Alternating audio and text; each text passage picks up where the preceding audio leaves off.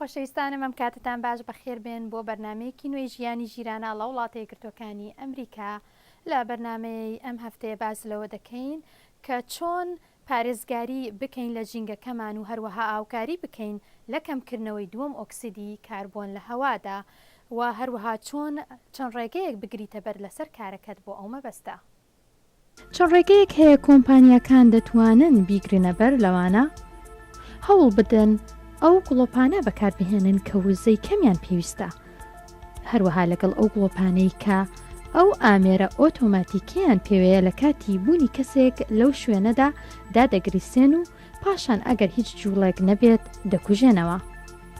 هەروەها کارمەندەکانیش ڕابهێنرێن لەسەر کەمتر بەکارهێنانی پانکە و هیتەر، ئەویش لە ڕێگەی کردنەوەی پەنجەرەکان بۆ فێنکی و هەروەها پۆشینی جلی گەرم لە زستاندا.